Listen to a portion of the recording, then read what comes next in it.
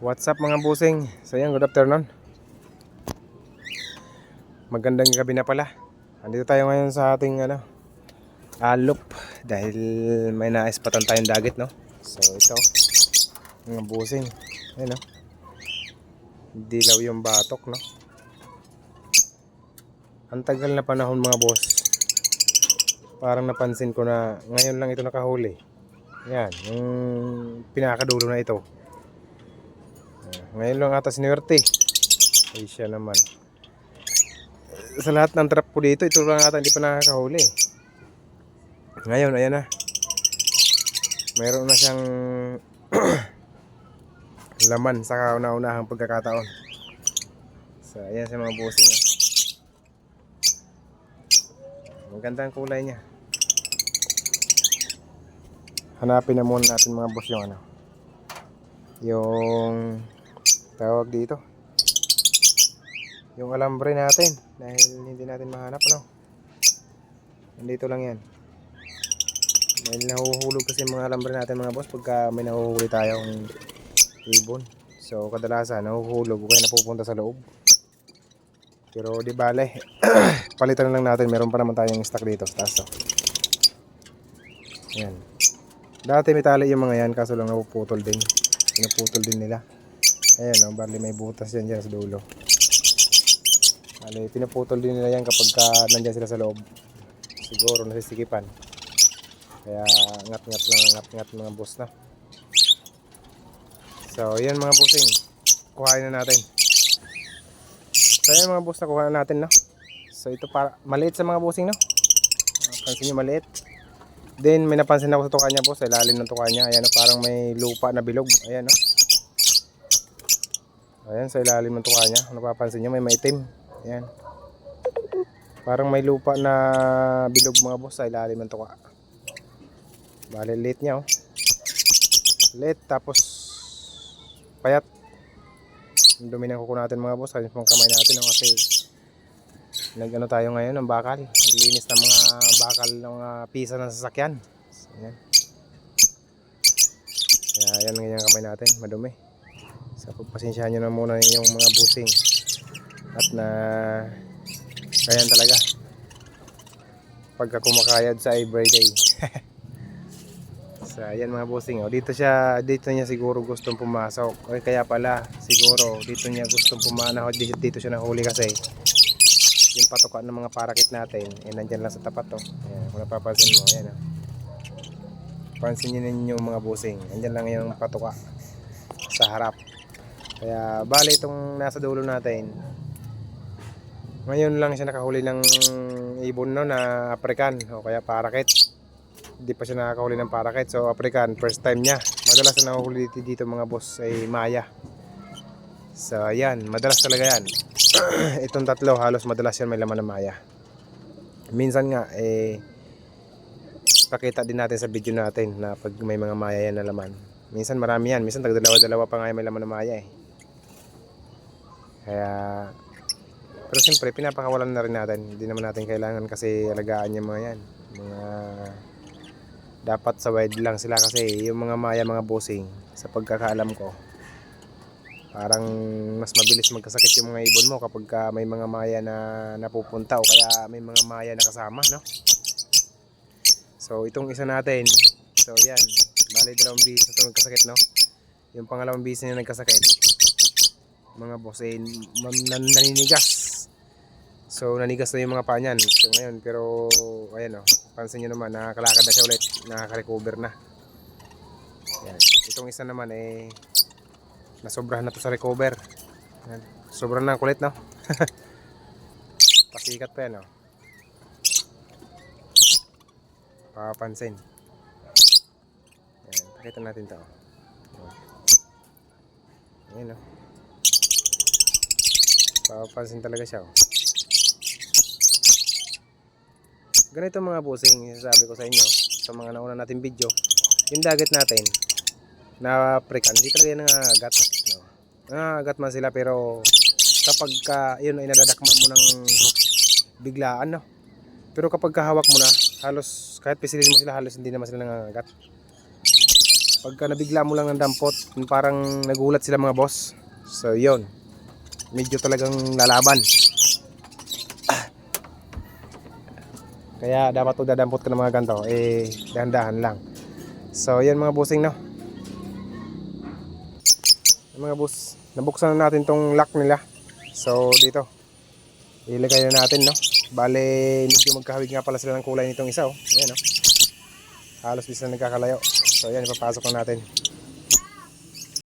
Ayan, pasok na natin sila mga boss, no. Ayan yung pasok mga boss, oh. Ayan, oh.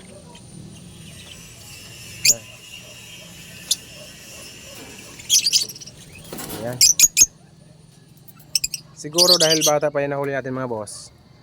Pagka sa tingin nyo, kapag ka naglugon ba ito, nag-matured, pareho ba sila ng kulay? Sa tingin ko, medyo kasi madumi yung isa kay. Madumi yung ulo niya, oh. May pagka dirty yung ulo ng bago natin nahuli. Ayan na, naway na. Pansin nyo sa huli niya mga boss, no? Bata pa. Ayan siya, oh. Papasikat yung blue.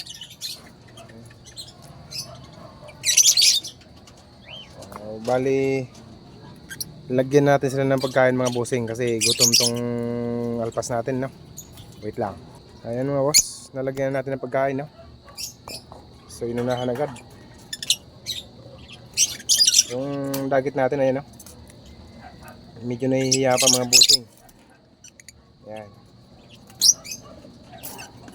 Bali dito pala sa quarantine cage natin mga bossing, no? So siguro sa linggo itong blow aalisin natin to. So doon naman natin lalagay sa kabila. Kasi dito din na tayo maglalagay ng mga ibon dito sa cage natin na to. Kasi ano nandito mga bossing, puro mga breeder natin. Ayan. Masilip niya sa loob, puro mga breeder yan. Bale, marami na yan sila dyan. Kaya ililipat natin sa likod kasama ng mga kakatil natin, no? Pero hindi yung breeder, kasi breeder ng kakatil natin nandito. Yung mga ano natin, viewing nakakatil natin nandun sa likod kasama ng kasama ng African. Kasi itong mga African natin mga boss, itong facility natin dito, quarantine cage natin, hindi natin to inuubusan ng laman, no? Kung napapansin nyo kasi ano ito mga busing, para mag-iingay yung mga ibon mo nandito sa likod sa loob, mag-iingay yung mga ibon natin, sasagot to dito nandito sa labas sa quarantine cage natin. Kaya kung may alpas, halimbawa may nakakawala dyan sa labas na napadaan o kaya malayo pa, makikita na agad nila kasi bali transparent nga pala ito boss na ating quarantine cage, no? Transparent siya, kahit malayo kita mo na yung laman. Hindi kagaya dito sa ating kulungan na malaki na halos kailangan mo pantitigan, no? Kahit na ikaw nandito, kailangan mo pantitigan yung laman niya para makita mo. Lalo na kapag yung laman niya ay medyo green o kaya medyo dirty, so hindi mo makikita, no? Agad-agad. Lalo na ngayon na medyo padilim na. Bale, mag-aalas 7 na nga pala mga boss dito sa atin, no? Pero ayan, no? Pansin nyo maliwanag pa yung langit. Bale, hindi agad-agad nakikita. Kaya anong unang-unang lalapit dito yan mga alpas natin, dito sa cage natin hanggang sa magpaikot-ikot siya dyan. Then hanggang sa kung malapit na siya dito, siyempre makikita niya na yung mga nasa loob. So dyan na siya mahuhuli sa trap natin. Doon sa likod, bale hindi na tayo maglalagay ng trap dyan. May mga ibon pa tayo dyan sa likod, pero hindi na tayo maglalagay ng trap dito mga boss, no? Kasi dito ay natulo dyan. Bale may butas din dyan na malaki sa taas, kaya nga nilagyan ko ng kalang yan dyan, mapansin nyo.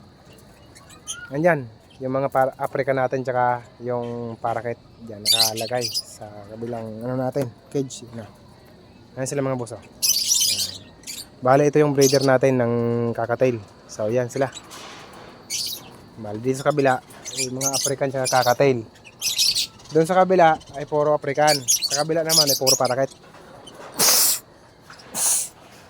Pasensya na kayo mga bossing, no? Sinisipon ng boss nyo. Grabe. Paulan tayo kagabi. Tapos dito naman sa kubo natin, itong kubo natin ay puro ring neck dove. So bale ito ka palang kubo natin sa mga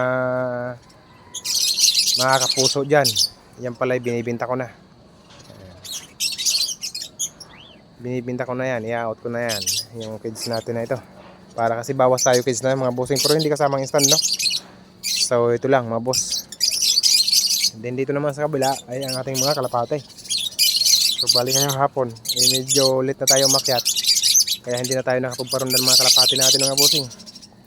Kasi tsaka hindi na rin tayo paparami ng mga kalapate mga bossing, kasi dito bali sa amin, sa lugar namin, yung karera dito ay medyo ano na, tawag dito, laos na.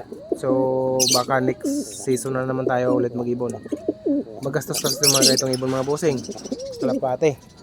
Kaya nagbawas tayo ng kalapate, no? So pinamigay natin yung iba, tapos nagtitira lang tayo ng mga ilan-ilan para di tayo naiinggit sa mga nagtaga rito, mga kapitbahay natin na nagpaparunda, no?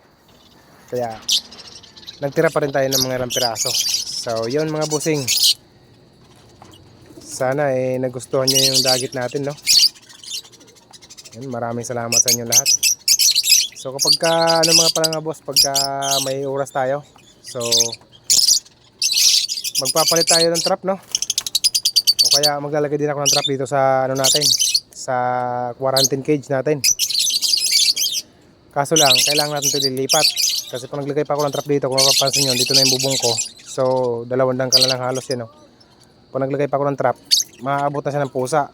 Kaya pag-iisipan din natin kung ano mas magandang gawin dito. O pwede rin ang trap dito sa harap. So yun mga boss, maraming salamat sa inyo, no? Thank you very much.